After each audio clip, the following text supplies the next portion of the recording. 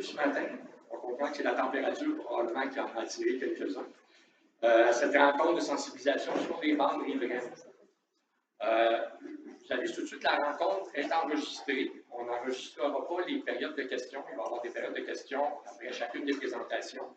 Mais la rencontre est enregistrée, donc vous pourrez la revoir. On va la mettre en ligne après sur notre site web. N'est-ce pas? Oui, sur notre site web. Merci. Donc, 2 périodes de questions pour simplifier. En fait, il va y avoir 2 présentations. Vous pourrez poser des questions après chacune des présentations. Et entre les deux, après la première période de questions, la première présentation, il y aura une pause de 10-15 minutes là, pour qu'on puisse se dédier et échanger entre nous. On m'a demandé de vous aviser que les toilettes, il y a des toilettes qui sont accessibles, sont en bas par la porte qui est derrière ou en avant, ici. Mais les toilettes sont au bout de l'autre côté. Donc, il y a de l'éclairage, vous suivez l'éclairage et les toilettes sont là. Il y a 2 présentations, donc on a 2 invités. La première personne qui va faire la présentation, c'est Mme Margot Moreau de l'organisme de bassin versant Rouge, Petite Nation et Saumon.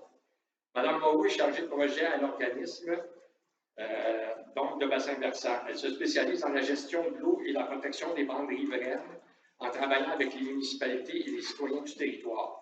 Titulaire d'une formation en environnement et en hydrologie, elle met à profit son expertise pour accompagner différents acteurs dans la mise en place de pratiques favorisant la qualité de l'eau et la biodiversité en s'appuyant sur les enjeux et les réalités du milieu québécois.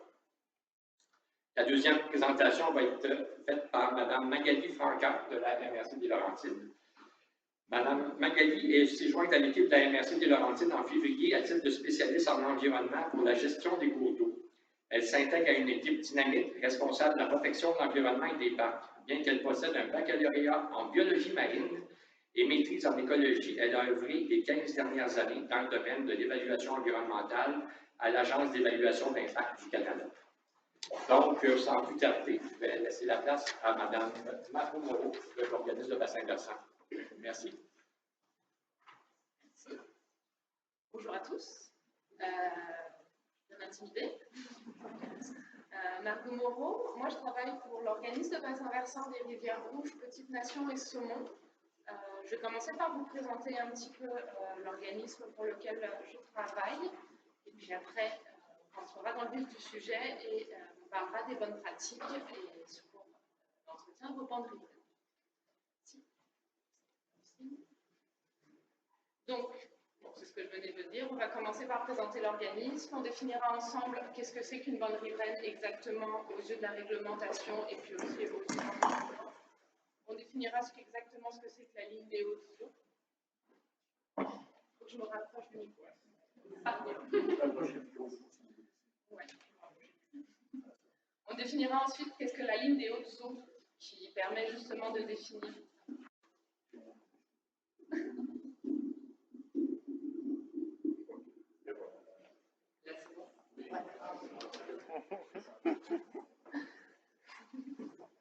Alors, je pense qu'on va passer le plan. On va rentrer directement dans la description de l'organisme. Alors, un organisme de bassin versant, qu'est-ce que c'est? Au Québec, il y a une bonne dizaine d'années, une quarantaine d'organismes de bassin versant ont été créés pour assurer la gestion intégrée de l'eau. Qu'est-ce qu'un organisme de bassin versant? Donc, des organismes de bassin versant, c'est des zones qui ont été définies en fonction de bassins versants de rivières principales.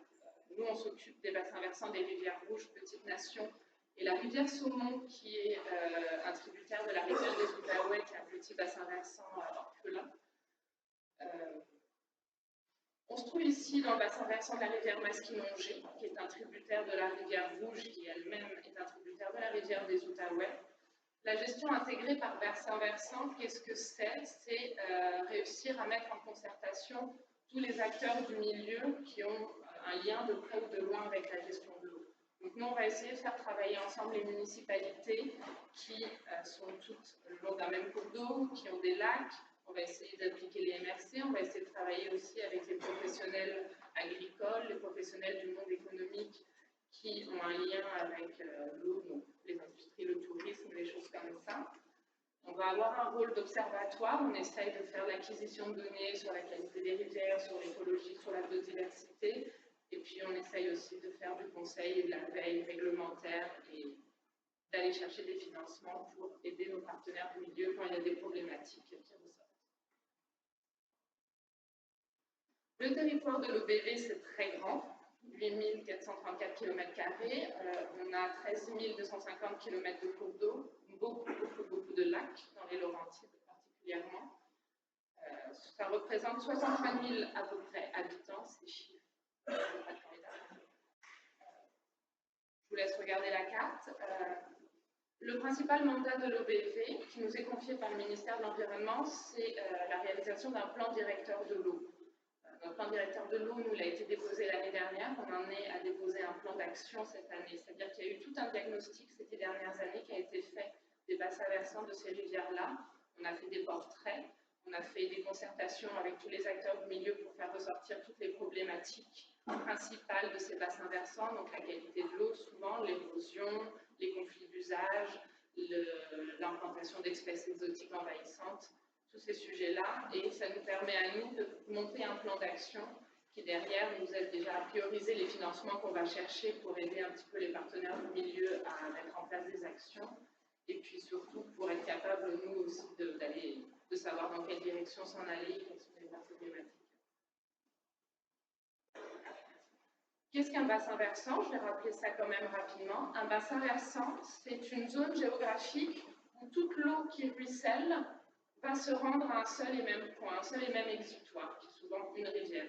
C'est-à-dire que quand on parle du bassin versant de la rivière Rouge, on ne parle pas juste de ses rives et de la rivière qui coule, on va parler de toutes les pentes qui font que quand l'eau ruisselle, elle ramène l'eau à la rivière et que la rivière jusqu'à l'exutoire, par exemple, de la rivière Rouge, qui est la rivière des Outaouais. Donc ça représente c'est pour ça qu'on parle aussi des tributaires, c'est des très grands espaces. Et c'est sur ces zones-là que nous, on essaye de travailler parce que la qualité de l'eau d'une rivière, ça ne dépend pas juste des activités au bord de la rivière et de ce qui se passe vraiment partout où l'eau peut ensuite ruisseler à la rivière. On va rentrer dans le vif du sujet d'aujourd'hui. Qu'est-ce qu'une bande riveraine?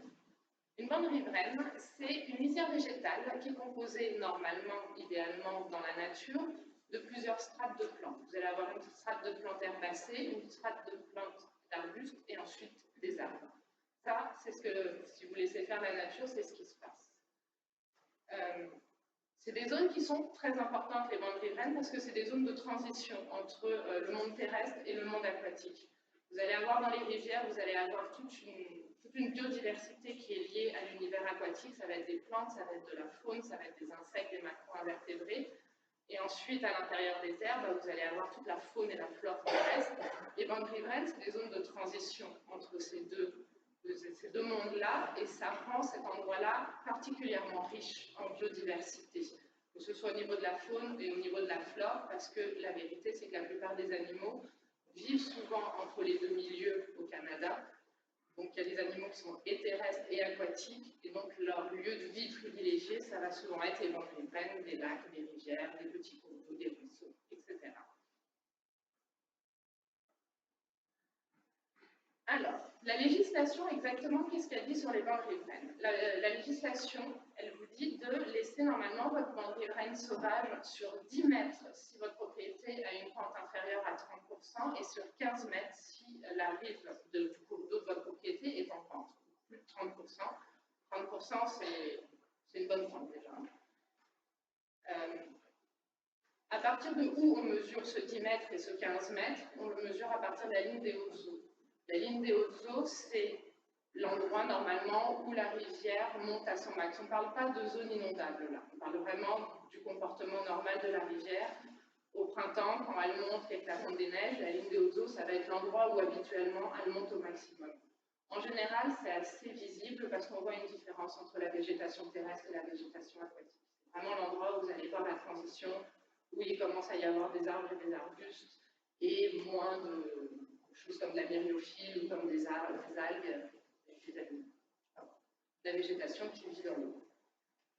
Ça, c'est la chose à savoir.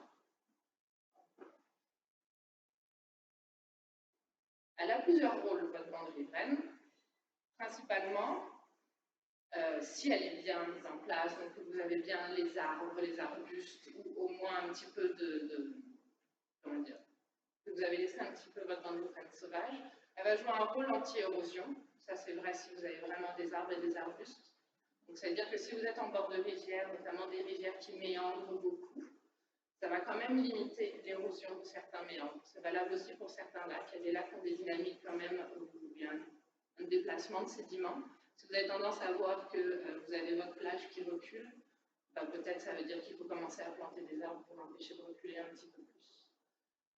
Ça va avoir un rôle aussi de filtration de la bande riveraine. Il faut voir que la bande riveraine, c'est la dernière barrière pour filtrer les eaux de ruissellement. Toutes les eaux de ruissellement qui vont transiter dans le bassin versant quand il pleut, avant de rejoindre la rivière, le dernier endroit qu'elles vont traverser, c'est les bandes riveraines. Donc c'est l'endroit où elles vont au maximum, elles vont plus se filtrer. C'est le dernier rempart pour la filtration avant que les polluants se retrouvent dans la rivière. Elle modère les hausses de température, ça veut dire que les arbres créent de l'ombrage, ça favorise l'habitat des animaux et ça évite aussi que les lacs surchauffent, surtout dans les bords. On verra un petit peu plus loin l'impact de la surchauffe d'un lac ou d'une rivière sur l'environnement et puis sur la vie du lac. Et bien sûr, ça fournit des habitats pour la faune et la flore. Et on verra un petit peu plus tard aussi pourquoi c'est important. Je vais reprendre ces points un par un. L'érosion et la stabilisation des berges. Pourquoi on veut laisser notre bande riveraine naturelle? Pour éviter éventuellement ce genre de situation. C'est ce que je disais tout à l'heure, des rivières qui méandrent beaucoup ou des lacs qui ont des dynamiques où les sédiments se déplacent beaucoup. On va pouvoir limiter la perte de terrain. C'est valable aussi beaucoup pour les propriétés agricoles, mais si vous observez une perte de terrain chez vous, peut-être envisager une grosse végétalisation de la bande riveraine, c'est vraiment prouvé que ça retient les sédiments. Et en plus, ce que vous voyez par exemple sur la photo gauche, là, ce genre de zone d'érosion comme ça va venir créer de l'habitat aussi pour les poissons. Donc, ça va favoriser éventuellement l'implantation de certaines espèces que vous pouvez pêcher après sur les camps. On verra ça un petit peu plus loin quand on parlera d'habitat. Ça va aussi retenir les sédiments. Je ne sais pas trop sur votre territoire, vous avez des terrains sableux, mais quand on vit sur des terrains très sableux et qu'il y a des très fortes pluies, vous allez avoir beaucoup de sédiments qui vont être charriés par les pluies, les chemins, les choses comme ça.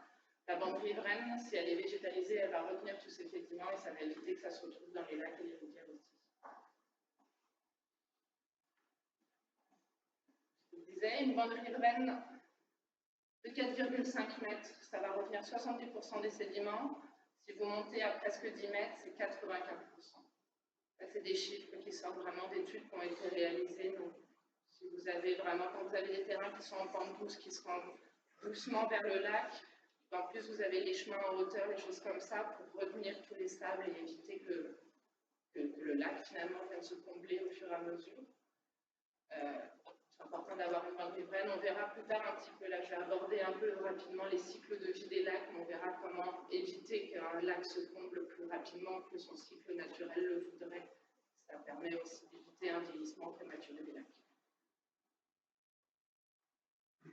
Freiner les pollutions diffuses, donc ça pareil, le fait d'avoir de la végétation, le réseau racinaire de la végétation, ça va quand même aérer les sols.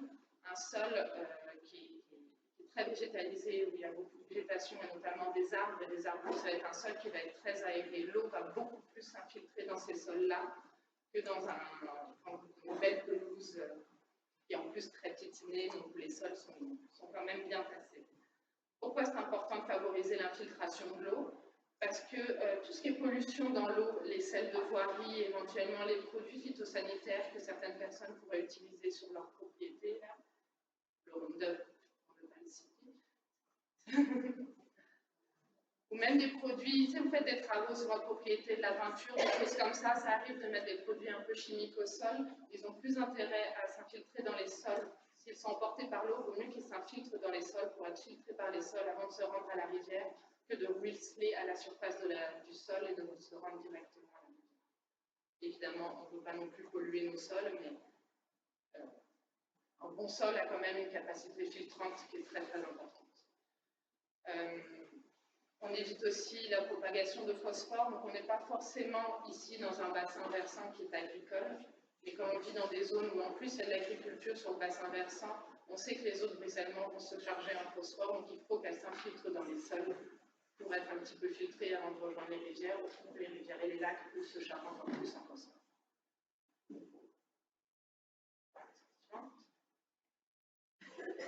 Des petits chiffres sur le phosphore, encore pour comparer, une bande riveraine de 5 mètres, ça va retenir 61% du phosphore dans les eaux de ruissellement.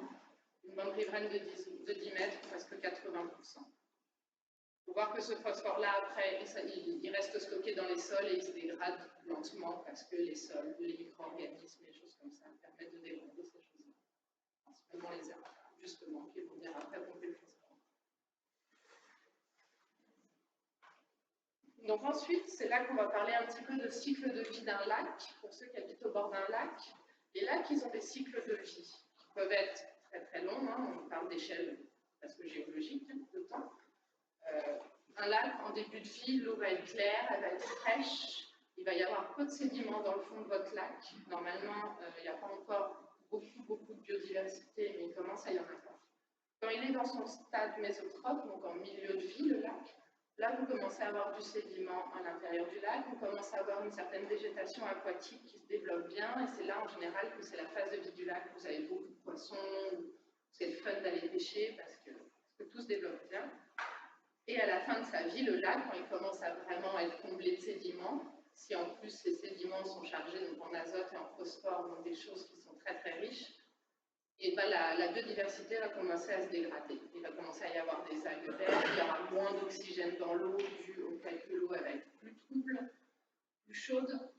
Et là, doucement, les lacs, comme on dit, s'eutrophisent, commencent à devenir verts, il commence à y avoir un peu moins de biodiversité, puis doucement, normalement, ça transitionne à devenir un milieu humide et puis un lac, jusqu'à devenir une tourbière ou des marais ou des choses comme ça.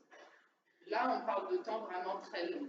Mais quand il y a une influence anthropique, parce que justement il y a une mauvaise gestion des eaux de ruissellement, qu'il n'y a pas des très bonnes pratiques autour du lac, notamment des pollutions qui viennent de fosses septiques, de choses comme ça, on peut nettement accélérer ce processus et voir des lacs qui s'eutrophisent, et on voit déjà pas mal dans la région, qui s'eutrophisent en une dizaine d'années. Alors que normalement on parle de centaines d'années pour ce sort de cycle de vie. Donc en plus de ça, protéger le climat de ces rives, donc rajouter des arbres, ça va faire de l'ombre au bord des lacs, donc ça évite que l'eau de lac se réchauffe. Donc c'est là aussi qu'on agit un petit peu sur ce phénomène-là, on va l'atténuer. On évite l'évaporation, on évite le phénomène, vous savez, quand vous avez des berges qui sont exposées au soleil, où il fait très chaud, on voit, c'est là souvent que les algues vertes vont se développer au mois d'août, au gros de l'été, dans les zones qui ne sont pas ombragées du lac. L'eau est souvent peu profonde, donc c'est stagnant, la colonne d'eau va très très vite se réchauffer, donc l'oxygène va doucement s'en aller de ces zones-là, donc c'est là qu'on va avoir des proliférations de cyanobactéries, d'algues vertes, de ces algues-là qui, elles, aiment ces milieux un petit peu extrêmes et qui ne survivent que là, qui prennent la place un petit peu de tout le reste.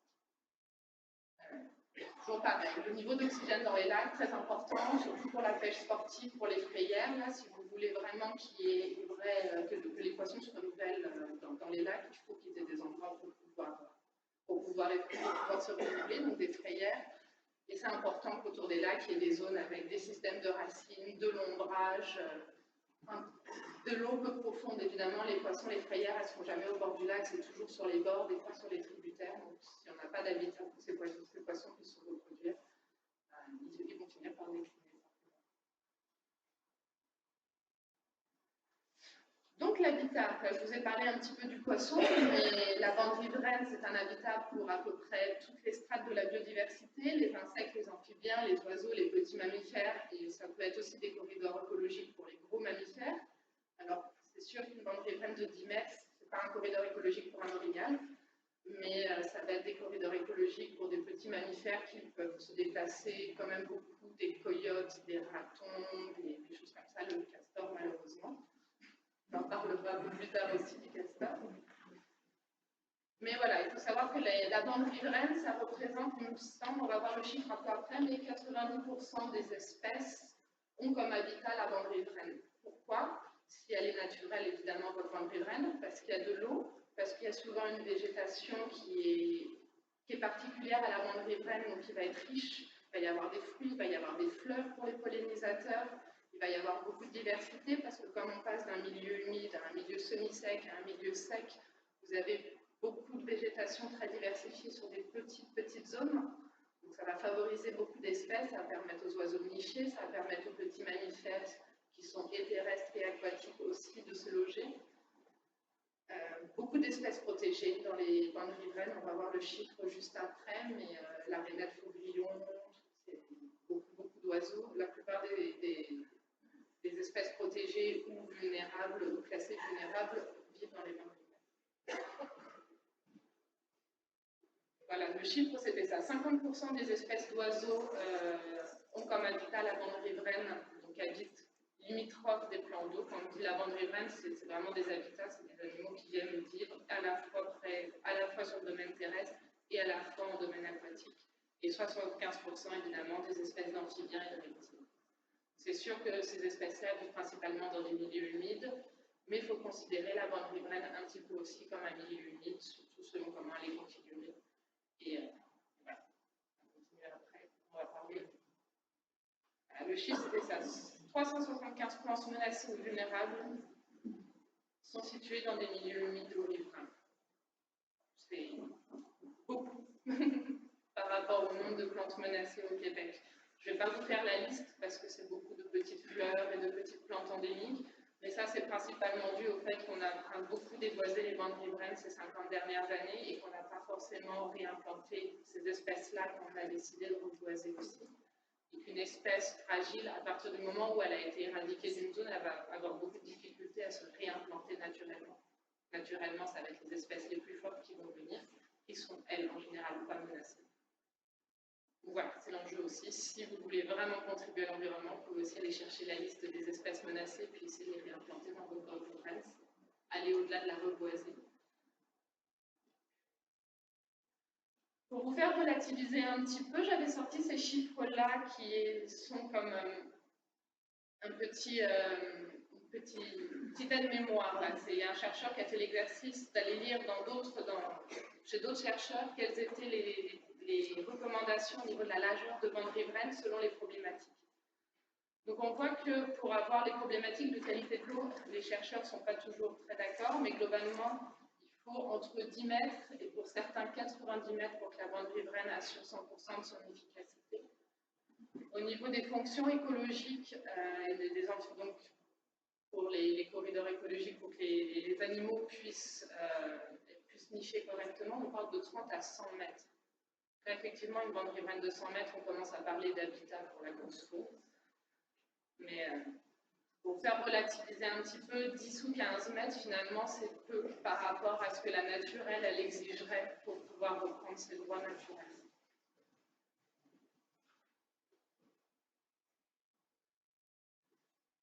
J'ai fait une petite slide avec des petits aménagements incompatibles qu'on voit beaucoup. Je sais que c'est difficile pour certains d'admettre qu'il faut changer ses habitudes. On a pris l'habitude pendant des années de bien déboiser les bandes riveraines et puis de profiter des bords de l'eau, mais les choses changent. On se réalise finalement avec le recul que ça a un réel impact sur notre environnement.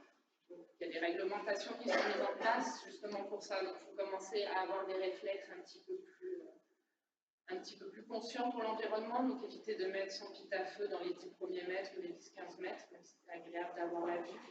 Essayer de ne pas non plus passer avec des véhicules dans la bande riveraine. Des fois, c'est tentant quand on se balade en 4 roues de passer proche parce que justement, c'est un peu déboisé, mais pareil, passer dans des véhicules dans la bande riveraine, c'est vraiment avoir un impact sur l'habitat. Vous ne savez pas trop exactement ce que vous écrasez. Des enrochements, du gazon jusqu'à l'eau, j'ai mis activité de plaisance, mais sur ma photo, le quai tel qu'il est autorisé. Vous avez le droit d'avoir un quai sur une bande riveraine. Ce qui est un petit peu plus discutable, c'est que je vois qu'il y a l'électricité éventuellement qui se rend sur ma photo. Je vois qu'il y a un lampadaire. Puis c'est surtout, par exemple, de faire des feux. Ça, faut avoir aussi conscience, on sait faire des feux dans la vie. Mais un incendie sur la bande riveraine, ça aura un impact écologique énorme par rapport à un incendie de forêt dans une forêt classique. Surtout si vous êtes sur une bande riveraine, puis encore plus si vous êtes au bord d'un lac. Les écosystèmes des lacs, comme l'eau des lacs se renouvelle beaucoup moins vite qu'une rivière, sont encore plus fragiles. Donc, si vous avez vraiment un incendie parce que vous avez fait un feu dans votre bande riveraine et que ça brûle la bande riveraine de la moitié du lac, c'est sûr que l'impact écologique, il va mettre une dizaine d'années, ça peut mettre une dizaine d'années à s'établir la normalité, parce que ce que vous considérez comme normal. La bonne chose aussi, c'est qu'il y a plein de moyens de réaménager tout ça. Je vais voir un petit peu après avec vous justement les solutions. Ah non, il y avait le petit bonus aussi. Quel est l'avantage d'avoir une bande riveraine qui est bien aménagée? Ben, il y a l'intimité déjà, principalement quand on vit au bord d'un lac. L'avantage d'une bande riveraine, c'est que ça bloque le son, et donc ça bloque l'image, évidemment. Vous pouvez faire ce que vous voulez chez vous. Et ça bloque aussi le son. On a tous connu cette sensation d'être sur un chalet, d'être sur sa terrasse et d'entendre la conversation de personnes qui sont peut-être à 150 mètres parce que ça résonne sur un lac. Un lac où toutes les bandes riveraines sont matures, donc avec des strates d'arbres hauts, vous n'aurez pas cet effet-là. Même si le bassin versant est très encaissé et que ça résonne et que quand même la géographie fait que. Des belles pelouses, les bernaches adorent les belles pelouses. Il faut savoir que si vous avez des bernaches qui s'installent sur votre pelouse au printemps et qu'elles décident de nicher, les œufs sont protégés. Vous n'avez pas le droit de détruire l'habitat de la bernache. Donc si vous avez une bernache qui décide d'avoir ses petits sur votre terrain, bah, toute cette zone-là, vous ne pourrez pas l'occuper tant qu'elle sera là. Et si quelqu'un vous voit détruire un nid de bernache, c'est le ministère de la Faune qui viendra vous rendre une petite visite. Parce que c'est vraiment des choses qui sont... On protège la zone de nidification de ces oiseaux-là, même si l'oiseau n'est pas protégé. Je rajoute aussi que pas de tondeuse, ça fait moins de corvée, c'est moins de travail, ça fait moins mal au dos. Donc laissez simplement le gazon pousser. On va voir ensemble ensuite les différentes techniques justement pour rendre vie à sa bande riveraine si vous vous rendez compte que la voûte n'est pas forcément conforme. Petite photo pour comparer, je pense que je ne vais pas vous demander lequel des deux côtés est le côté qui devrait être conforme. Alors, première solution, on laisse la nature reprendre sa place. C'est-à-dire qu'on ne fait rien. On ne replante pas, on décide juste d'arrêter de tondre. C'est-à-dire qu'on prend son 10 mètres, vous mettez des piquets et vous décidez du chemin, parce que vous avez quand même droit à une trouée de 5 mètres pour accéder au cours d'eau. 5 mètres, c'est quand même large. Idéalement, les bonnes pratiques vous demanderaient de le faire de biais, votre chemin de 5 mètres, et pas face. Mais globalement, c'est ça. On laisse la nature prendre ses droits, ça va prendre le temps que ça va prendre, et vous verrez les différentes strates se réinstaller. Les herbacées vont d'abord se réinstaller, puis ensuite vous verrez les arbustes commencer à pousser. Puis quand les arbustes commenceront à être matures, vous aurez des arbres aussi qui vont pousser. Ça suffit déjà à rendre un petit peu de biodiversité à la terre. C'est-à-dire que ne serait-ce que de laisser les herbacées pousser, les graminées, les fleurs, déjà vous rendez un petit peu d'habitat pour tout ce qui est pollinisateur et insectes. Vous laissez les arbustes pousser, vous commencez à rendre de l'habitat pour tout ce qui est petite faune. Puis ensuite, vous laissez les gros arbres pousser, puis là, on commence à avoir un impact sur le lac, sur la température de l'eau, puis là, c'est les poissons, les amphibiens qui commencent à pouvoir reprendre leur place aussi sur le lac. Deuxième solution, replanter. Il me semble que votre municipalité en plus organise des distributions d'arbres. Il y a beaucoup de pépinières qui vendent des arbres endémiques. Bien faire attention quand on replante à choisir des espèces qui sont locales, qui sont endémiques et qui sont naturelles de la bande riveraine. Comme de toute manière des espèces ornementales, normalement, elles ne se développeront pas dans la bande riveraine parce qu'elles vont pas s'y plaire.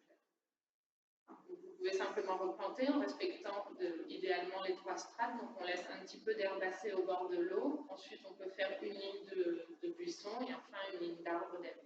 Idéalement, on fait une deuxième ligne d'arbres pour avoir une vraie canopée au-dessus de buissons.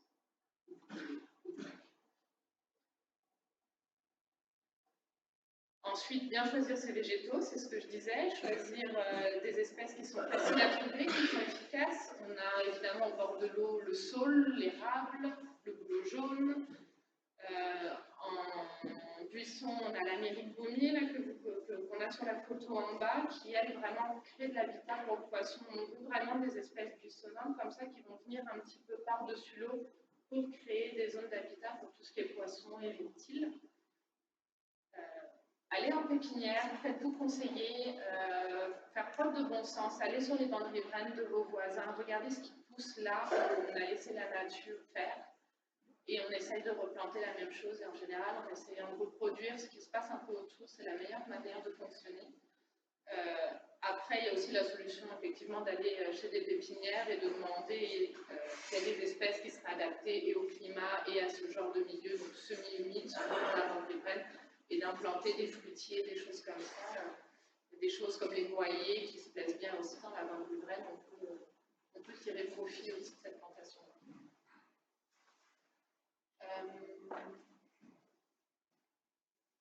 Les ressources, il y a 2 guides qui sont très bien pour revégétaliser sa bande riveraine qui ont été faits par la Fédération interdisciplinaire d'horticulture.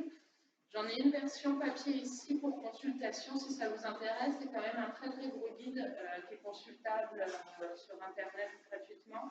Et ils ont aussi fait un répertoire des végétaux recommandés pour la végétalisation des bandes riveraines qui est vraiment bien fait. Parce qu'ils vous donnent aussi les zones de rusticité et à quel endroit de la bande riveraine planter les arbres. Il vaut mieux les planter proche de l'eau ou sur le dos. Voilà, moi je crois que je suis à la fin de ma présentation. Je prends